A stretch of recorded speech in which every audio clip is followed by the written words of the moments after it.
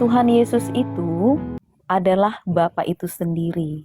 Jadi anak yang dilahirkan itu sesuai dengan Yesaya 9 ayat 5, saya buka dulu ya Pak ya. Yesaya 9 ayat 5, sebab seorang anak telah lahir untuk kita, seorang putra telah diberikan untuk kita, lambang pemerintahan ada di atas bahunya, dan namanya disebutkan orang penasihat ajaib, Allah yang perkasa, Bapa yang kekal, Raja damai. Jadi anak ini yang disebut anak yang lahir ini adalah sang Bapa itu sendiri, gitu. Allah yang perkasa itu kan nubuat tentang kelahiran Allah, betul Pak? Betul ya? Iya, oke. Sekarang Bapak tahu gak kalau di perjanjian lama TUHAN itu huruf besar itu menyatakan YHWH, YHWH, nama Adonai, nama Allah Israel. Tahu ya Pak ya? Oke. Nah ini Bapak baca di Yesaya 40 ayat 3. Ada suara yang berseru-seru, persiapkanlah di padang gurun, jalan untuk Tuhan, luruskanlah di padang belantara, jalan raya bagi Allah kita. Jadi ini siapa tadi? YHWH. YHWH. Oke, sekarang kita coba cek dulu satu ayat lagi ya. Di Yohanes 1 ayat 23. Jawabnya, akulah suara yang berseru-seru di padang gurun, luruskanlah jalan Tuhan seperti yang telah dikatakan Nabi Yesaya. Tadi kita baca Yesaya kan? Iya, tapi tadi di Yesaya tulisan TUHN itu huruf besar, betul?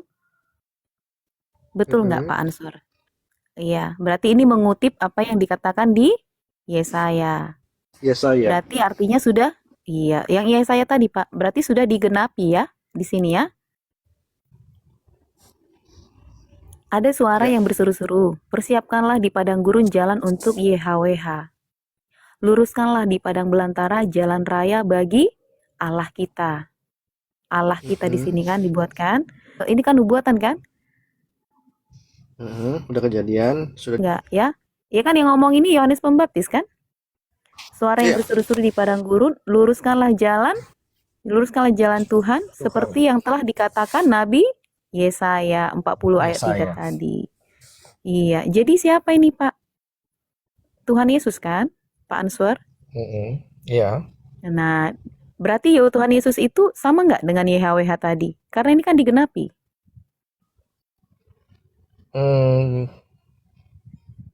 Iya. Kalau kita melihat dari ayat ini, nggak mungkin salah dong, betul nggak?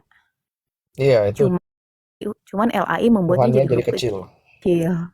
Ya, mungkin artinya apa itu? Ya kan? Adonai atau kurios itu jadinya kan? Orang Israel membaca Yahweh itu kan nggak bisa diomongin kan? Iya, jadinya Jadi jadi kalau Yesaya 40 ayat 3 itu persiapkanlah jalan untuk Adonai kan begitu kan ngomongnya. Tetapi LAI mentranslate-nya malah ucapannya Adonai, Lord, ya, Kurios, God, kan gitu kan. Ucapannya itu yang ditranslate menjadi namanya, makanya TUHN huruf besar. Tapi nggak apa-apa, yang penting kita orang Kristen tahu ya maksudnya ya. Ya kan? Berarti ini luruskanlah jalan YHWH dong. Betul nggak? Nah, kalau sampai di sini Abang udah sangat yakin nggak dengan ini? Harusnya ya. Ya. Oke, mantap. Ini YHWH berkata di Zakaria. Zakaria menyaksikan perkataan YHWH di, coba nanti Bapak sambil buka. Ada kitab di sana ya, Zakaria 12 ayat 10. Saya baca ini sama nggak? Yang Bapak baca dengan saya baca ini sama nggak? Mereka akan memandang kepada dia, ya sama. Ini belum diupdate karena LAI akhirnya sudah merevisi, mengembalikan sesuai dengan terjemahan aslinya. Dia di sini adalah aku, kan nggak mungkin kan salah nggak sengaja kan? Masa aku ditranslate jadi dia? Harusnya nggak sulit kan? Nah, makanya aku buka tadi interlinear.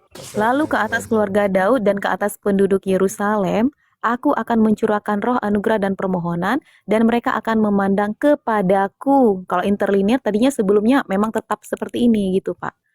Ya, ini mengenai penyalipan ya.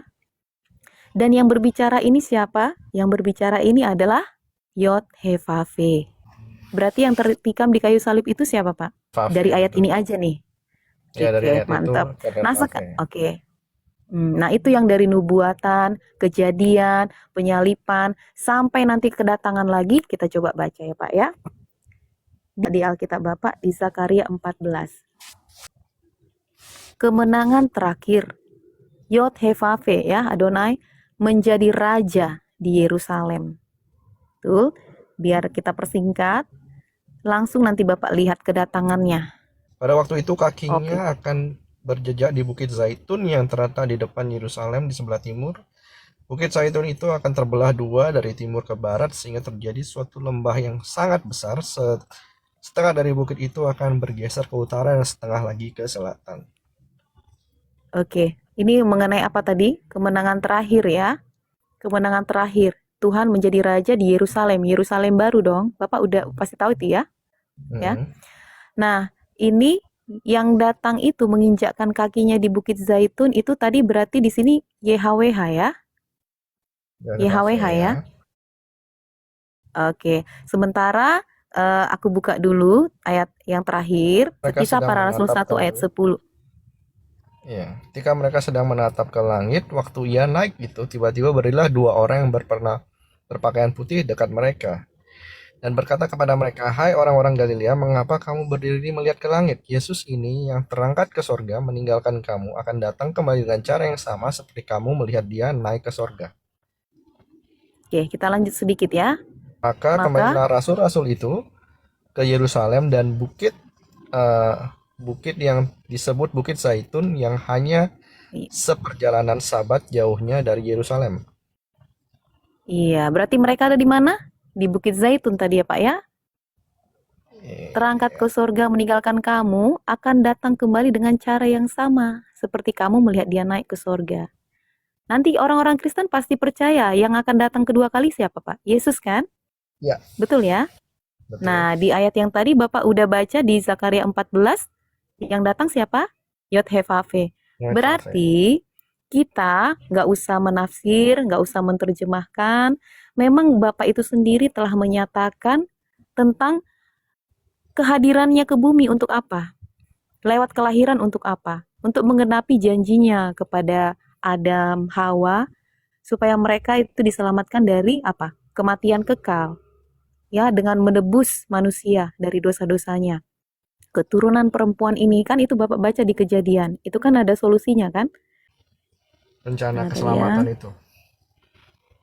Betul. Kembali akhirnya di rencana keselamatan. Ini aku buka dulu. Nih. Aku akan mengadakan Permusuhan antara engkau permusuhan dan antara perempuan itu, engkau. antara keturunanmu dan keturunannya. Keturunannya akan meremukkan kepalamu dan engkau akan meremukkan tumitnya. Dikatakan di sini Pak, keturunan perempuan ini kan. Bukan Ya. keturunan Adam dan Hawa kan, bukan keturunan manusia kan. Sebenarnya Iya. LAI mentranslate Adam itu pun manusia, padahal sebetulnya Adam aja kan gini. Tapi dikatakan di sini keturunan perempuan ini.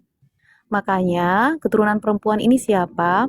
Dia adalah Yesus yang dilahirkan sama siapa? Maria kan? Betul. Iya kan?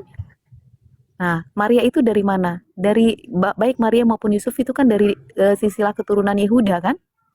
Apa janji Allah sama Daud? Tahtamu kan akan selama-lamanya kan? Makanya Yesus disebut anak Daud. Kita nggak usah langsung ke ayat-ayat dulu ya. Yesus disebut anak Daud. Daud kan manusia kan? Yesus dilahirkan dari Maria kan? Tubuhnya kan dilahirkan kan? Nah, waktu Maria mengandung, yang datang menaungi dia siapa? Roh Kudus kan? Roh Kudus. Iya kan? Kalau di Alkitabnya itu mengandung of the Spirit, bukan from the Spirit. Artinya Maria itu mengandung anak. Anak itu sudah ada di dalam kandungannya, bukan dari hasil hubungan suami istri, bukan. Tidak ada sangkut pautnya dengan sel telur Maria, tapi anak itu sudah ada di dalam kandungannya, ya. Roh itu yang menyatakan diri dalam daging, makanya dia dilahirkan, tubuhnya yang dilahirkan. Dia disebut anak manusia. Ya, anak manusia itu sebutannya. Sebutannya itu juga anak Allah. Toh dia juga yang datang. Allah itu kan roh. Kalau orang Israel itu percaya Yod-Heh-Vaveh itu ehad. YHVH itu satu. YHVH itu yang satu. Nah, Yesus itu kan dari Yeshua kan, Yeshua. Yeshua itu apa? Yod-Heh-Vaveh salvation atau Yod-Heh-Vaveh keselamatan, savior.